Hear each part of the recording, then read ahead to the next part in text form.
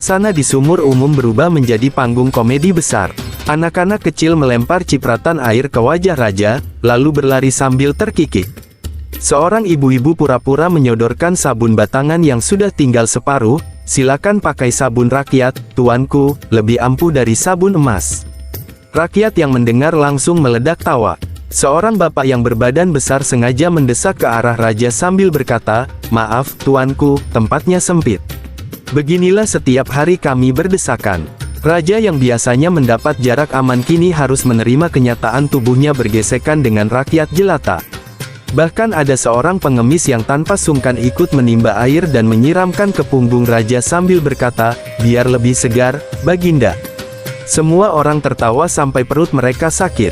Raja ingin marah, tapi ia tahu semua mata tertuju padanya. Jika ia mengamuk, justru akan mempermalukan dirinya sendiri. Akhirnya ia hanya tersenyum kaku, berusaha terlihat sabar meski hatinya campur aduk.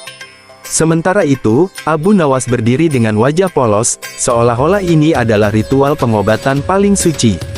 Padahal dalam hatinya, ia sedang menahan tawa melihat raja yang biasanya angkuh kini dipermainkan rakyat dengan cara yang begitu sederhana.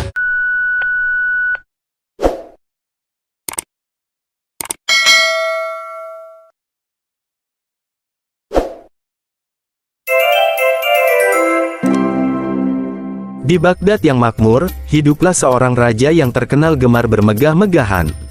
Tidak ada yang lebih disukainya selain memamerkan kemewahan. Bahkan untuk urusan mandi, ia punya rumah pemandian pribadi yang dipenuhi marmer dari Persia, air mawar dari Damaskus, dan pelayan yang selalu siap menuangkan air hangat ke tubuhnya. Setiap kali selesai mandi, tubuhnya harum semerbak, hingga setiap orang yang lewat dekat istana bisa mencium aroma wangi raja. Namun kemewahan itu membuatnya semakin angkuh. Pada suatu sore, saat ia duduk di singgasana, ia berkata dengan suara lantang di hadapan para menteri dan utusan asing. Betapa rendahnya orang yang mandi di sumur umum. Airnya keruh, embernya dipakai bergantian, bahkan bau keringat rakyat jelata bercampur di sana. Bagaimana mungkin seorang raja seperti aku rela mandi bersama mereka? Ucapan itu disambut tawa palsu para menteri, sebab siapa yang berani menentang kata-kata raja. Tetapi di luar istana, kabar itu menyebar cepat. Rakyat yang setiap hari harus berdesakan di sumur umum merasa tersinggung. Mereka tidak bisa membalas, hanya bisa bergumam dengan wajah muram. "Apakah kami ini sedemikian hinanya?" tanya seorang ibu yang menimba air sambil menggendong anak. "Padahal sumur inilah satu-satunya yang membuat kami bisa bersih," sahut seorang pedagang kurma. Kemarahan rakyat itu akhirnya sampai juga ke telinga Abu Nawas, si pujangga cerdik yang terkenal suka mempermainkan logika raja. Saat mendengar cerita, Abu hanya tersenyum miring. Kalau begitu, sudah saatnya raja merasakan sendiri dinginnya air sumur umum, gumamnya. Abu Nawas tidak pernah memilih jalan konfrontasi langsung dengan raja. Ia tahu, menegur raja di hadapan banyak orang sama saja mencari celaka. Ia bisa dihukum, bahkan mungkin dipenggal kepalanya. Karena itu ia selalu mencari jalan yang cerdik, menegur lewat humor, menjebak dengan logika, atau menyindir lewat perbuatan. Malam itu, Abu duduk di beranda rumahnya. Ia menyalakan lampu minyak dan menatap langit Baghdad yang bertabur bintang. Dalam hatinya ia berbicara, raja terlalu sombong dengan pemandian mewahnya. Kalau ia mau belajar rendah hati, caranya hanya satu, membuatnya mandi bersama rakyat. Tetapi bagaimana mungkin aku memerintahkannya begitu saja? Ia pasti menolak mentah-mentah. Abu memejamkan mata, mencoba merangkai siasat. Ia ingat betul sifat raja yang mudah percaya pada firasat, mimpi, dan ramalan. Kalau aku gunakan tahayul sebagai pintu masuk, pasti raja akan terjerat. Ia selalu takut bila ada ramalan buruk menimpa tubuhnya, bisiknya sambil tersenyum licik. Di dalam kepalanya, Abu sudah bisa membayangkan wajah raja yang gelisah, dikerumuni rakyat di sekitar sumur umum, berdesakan dan basah kuyup. Bayangan itu membuat Abu tertawa kecil sendirian. Besok pagi aku akan mulai permainan ini, ucapnya. Keesokan harinya, raja duduk megah di singgasana emasnya. Di depannya, para menteri, penasihat, dan utusan asing berdiri berjajar. Dengan suara keras yang dibuat-buat, ia kembali memamerkan kebesarannya. Aku adalah Raja Baghdad, bahkan air yang menyentuh kulitku pun harus harum bunga. Tidak pantas tubuhku terkena air keruh dari sumur umum, katanya sambil menepuk dada. Beberapa menteri segera menimpali dengan pujian palsu. Benar sekali, tuanku. Air sumur umum terlalu hina untuk kulit mulia Baginda. Baginda ibarat permata. Mana mungkin permata direndam di lumpur. Semua tertawa menyanjung, meski dalam hati mereka jenuh. Di luar aula, rakyat yang diam-diam mendengar hanya bisa menggerutu. Mereka merasa direndahkan. Namun di pojok ruangan, Abu Nawas ikut mendengar sambil pura-pura menunduk. Dalam hati ia berkata, semakin ia menyombongkan diri, semakin mudah aku menjalankan rencana. Ia lalu berpikir cepat, kapan waktu yang tepat untuk menyampaikan ramalan yang sudah ia siapkan. Malam itu, Abu duduk seorang diri sambil menatap cahaya lampu minyak yang bergoyang di terpa angin. Ia terus memikirkan cara agar raja benar-benar mau mandi di sumur umum. Rencana itu gila, bahkan terdengar mustahil. Siapa yang bisa memerintah seorang raja mandi berdesakan bersama rakyatnya? Namun semakin ia pikirkan, semakin ia yakin hanya dengan cara itu kesombongan raja bisa luluh. Ia ingin raja sadar bahwa tubuh seorang penguasa dan rakyat jelata sama-sama butuh air untuk bersih. Tidak ada yang lebih mulia di hadapan sabun dan keringat. Abu mengambil kertas dan menulis bait-bait puisi yang terdengar seperti ramalan kuno. Bila tubuh hanya dimandikan mawar, ia akan ditumbuhi penyakit tak terlihat. Namun bila sekali saja disiram air sumur rakyat, semua penyakit itu lenyap. Sambil membaca tulisannya sendiri, Abu tersenyum puas. Besok, aku akan menyampaikan ini kepada raja. Biar ia sendiri yang memilih, tetap bermegah-megah atau mempertaruhkan kesehatannya. Keesokan harinya, Abu Nawas dipanggil raja untuk menghiburnya dengan cerita jenaka. Kesempatan itu tidak ia sia-siakan. Setelah beberapa cerita lucu yang membuat raja terbahak, Abu tiba-tiba berubah wajah menjadi serius. Tuanku, katanya lirih, hamba mendengar firasat aneh dari seorang tabib tua. Katanya, barang siapa hanya mandi dengan air harum dan wewangian, tubuhnya akan diselimuti penyakit yang tak terlihat. Penyakit itu tidak akan muncul di kulit, tapi akan menggerogoti dari dalam. Namun jika sekali saja ia mandi di sumur umum, penyakit itu akan sirna. Raja yang tadinya tersenyum langsung terdiam. Matanya membelalak, napasnya tersendat. Benarkah itu, Abu? Tanyanya. Hamba tidak berani bersumpah, tuanku, jawab Abu sambil menunduk. Tapi tabib tua itu terkenal tak pernah salah. Para menteri menertawakan Abu, menyebutnya pengada-ada. Namun raja justru mulai gelisah. Kata-kata Abu menusuk dalam pikirannya, membangkitkan rasa takut yang sulit ia abaikan. Setelah Abu Nawas meninggalkan aula istana, raja duduk termenung di singgasananya. Kata-kata tentang penyakit tak terlihat itu terus berputar di kepalanya. Para menteri berusaha meyakinkan bahwa semua itu hanya bualan, tetapi raja terkenal mudah percaya pada firasat dan ramalan. Bagaimana jika benar? Gumam raja sambil menatap tangannya sendiri. Ia mulai merasa seolah kulitnya gatal. Ia menggaruk, padahal tidak ada apa-apa di sana. Semakin lama, rasa takutnya makin menjadi-jadi. Menteri utama mencoba menenangkan, tuanku, jangan hiraukan Abu. Ia hanya suka mempermainkan logika. Tapi raja tidak percaya. Abu memang suka bermain kata, jawabnya, tapi berapa kali ia membuktikan kebenaran ucapannya dengan cara yang aneh. Aku tidak bisa menyepelekannya begitu saja. Di malam hari, raja sulit tidur. Ia terbangun berkali-kali, merasa tubuhnya panas dingin. Pelayan istana kebingungan, memberi air mawar, minyak wangi, bahkan doa dari imam masjid. Namun semua itu tidak membuat raja tenang. Dalam hati, ia mulai percaya bahwa hanya mandi di sumur umum yang bisa menyelamatkannya. Kabar firasat Abu Nawas menyebar ke seluruh Baghdad lebih cepat dari angin gurun. Rakyat yang sudah lama sakit hati karena dihina raja justru ikut memperbesar cerita. Di pasar, para pedagang berseru, benar, banyak orang sakit kulit sembuh setelah mandi di sumur umum. Di jalanan, ibu-ibu bergosip, anakku dulu terkena ruam, setelah kubawa mandi di sumur umum, sembuh total. Cerita itu terus membesar, dari mulut ke mulut, hingga terdengar oleh telinga raja sendiri. Semakin banyak yang mengatakan, semakin yakin ia bahwa semua itu bukan kebetulan. Menteri-menteri gelisah, karena melihat raja mulai goyah. Mereka tahu jika raja benar-benar turun ke sumur umum, wibawanya akan runtuh di mata rakyat. Tetapi mereka tidak bisa menghentikan rasa takut raja. Suatu malam, Raja memanggil Abu diam-diam. "Abu, apa benar hanya dengan mandi di sumur umum aku bisa terbebas dari penyakit tak terlihat?" Tanyanya dengan suara lirih, seperti anak kecil meminta jawaban. Abu menunduk penuh hormat, menahan senyum di balik janggutnya.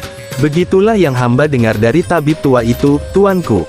Tapi tentu saja, semua terserah pada keberanian Baginda."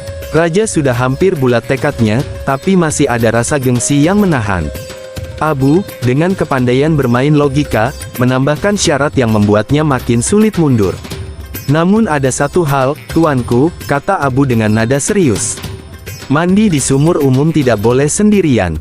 Harus bersama rakyat, berdesakan, dan menggunakan timba yang sama. Jika tidak, khasiatnya akan hilang." Raja melongo, wajahnya berubah pucat.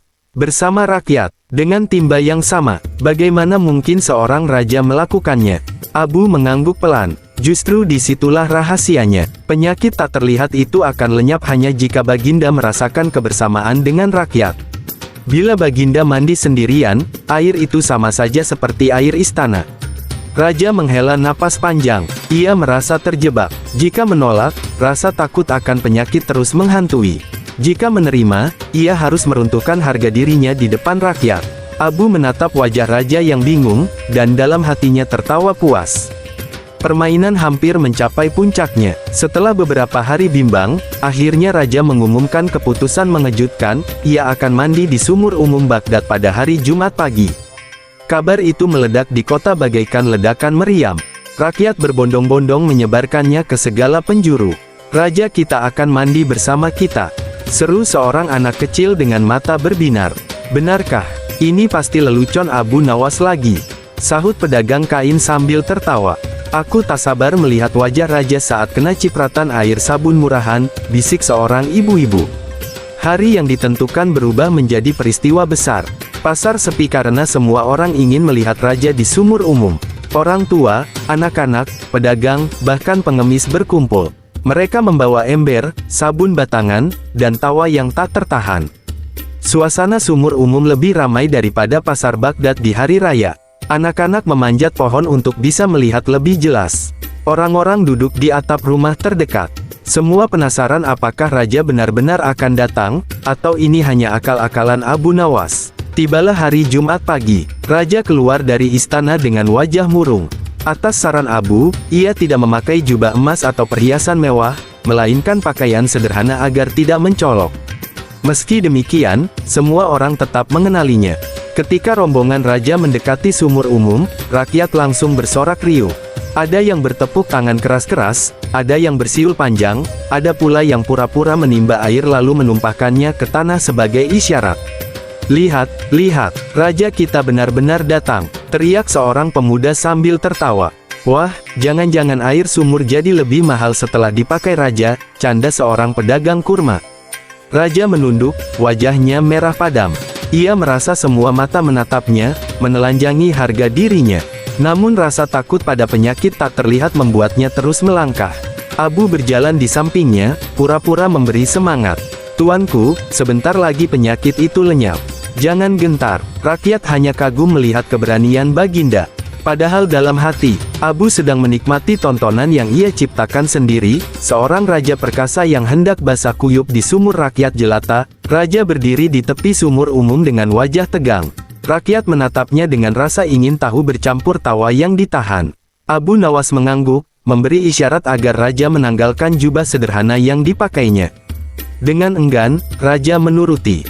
Tubuh yang biasanya hanya disentuh air mawar kini disambut dengan cipratan air sumur yang keruh. "Baiklah, aku akan melakukannya," gumam raja lirih.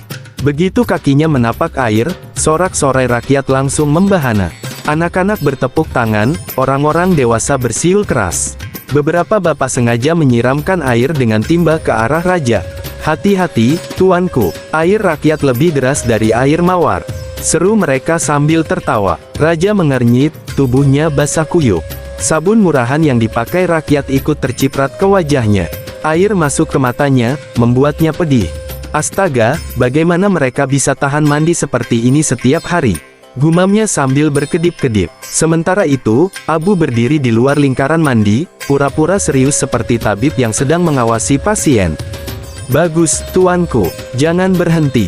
Biarkan air rakyat membersihkan tubuh mulia Baginda, katanya dengan suara lantang, membuat rakyat makin keras tertawa. Raja hanya bisa pasrah.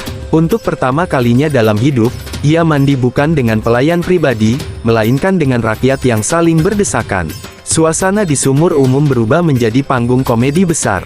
Anak-anak kecil melempar cipratan air ke wajah raja, lalu berlari sambil terkikik. Seorang ibu-ibu pura-pura menyodorkan sabun batangan yang sudah tinggal separuh. Silakan pakai sabun rakyat, tuanku, lebih ampuh dari sabun emas.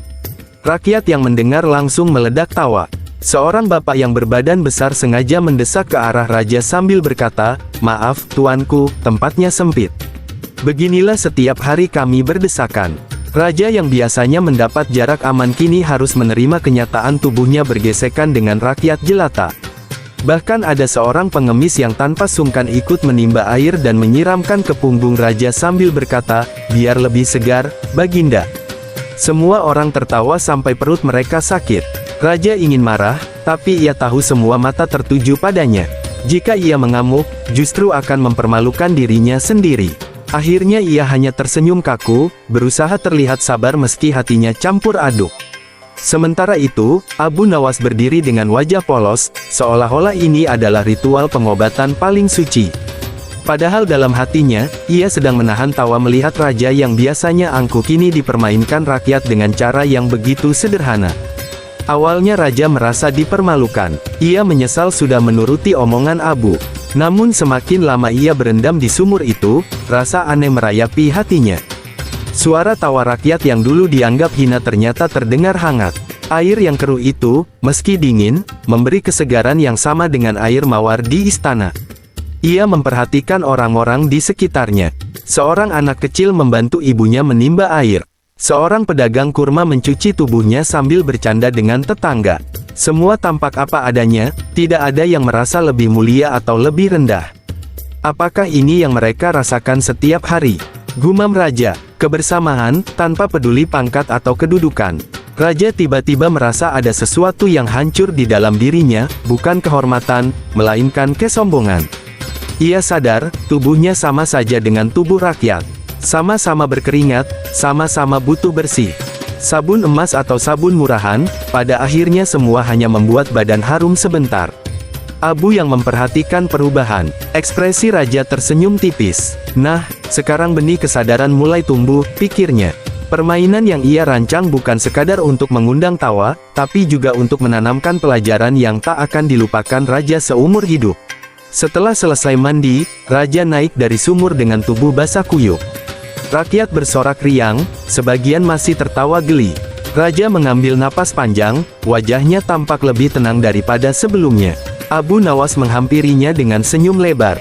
"Tuanku," katanya pelan namun cukup keras untuk didengar rakyat, "lihatlah, air sumur umum sama dinginnya dengan air di pemandian istana. Sabun rakyat sama busanya dengan sabun emas Baginda. Bedanya hanya di hati yang merasa lebih tinggi." Kini Baginda tahu, menjadi raja bukan berarti lebih mulia dalam segala hal. Raja terdiam sejenak, lalu mengangguk pelan. Ia menoleh ke arah rakyat yang masih menunggu reaksinya. Untuk pertama kalinya, ia berkata dengan nada rendah hati, "Kalian benar, tidak ada yang hina dalam mandi bersama. Yang hina adalah hati yang merendahkan sesama." Rakyat langsung bersorak gembira. Mereka merasa untuk pertama kali, raja berbicara jujur dari hatinya, bukan dari keangkuhan. Abu menunduk hormat, tapi dalam hati ia terkekeh. Sekali lagi, ia berhasil menundukkan kesombongan raja dengan cara yang tidak pernah dipikirkan siapapun. Sejak hari itu, Raja Baghdad benar-benar berubah. Ia tidak lagi menghina rakyat yang mandi di sumur umum. Bahkan beberapa kali, secara diam-diam, ia datang tanpa pengawalan besar hanya untuk merasakan mandi bersama rakyat. Tidak ada lagi cibiran, melainkan canda tawa yang membuatnya merasa lebih dekat dengan mereka. Para menteri tentu saja kebingungan. Mereka menganggap kebiasaan baru raja meruntuhkan wibawa istana. Tapi rakyat justru semakin mencintainya. Mereka merasa raja akhirnya mengerti kehidupan mereka yang sederhana. Dulu ia hanya wangi mawar, kata seorang pedagang di pasar, tapi sekarang ia juga tahu wangi sabun murahan. Dulu ia hanya bergaul dengan bangsawan, sahut yang lain, tapi sekarang ia tahu bagaimana rasanya bersentuhan dengan rakyat jelata. Raja pun semakin bijak dalam mengambil keputusan. Ia tidak lagi memandang rendah perkara kecil. Dan semua itu berawal dari siasat sederhana Abu Nawas, menyuruh seorang raja mandi di sumur umum. Abu, seperti biasa, tidak mencari pujian. Ia hanya duduk di beranda rumahnya, tertawa sendiri saat mendengar kabar perubahan itu. Kadang, katanya sambil meneguk teh hangat, pelajaran terbesar datang dari hal-hal yang paling sepele. Bahkan air sumur keruh bisa membersihkan hati yang keruh.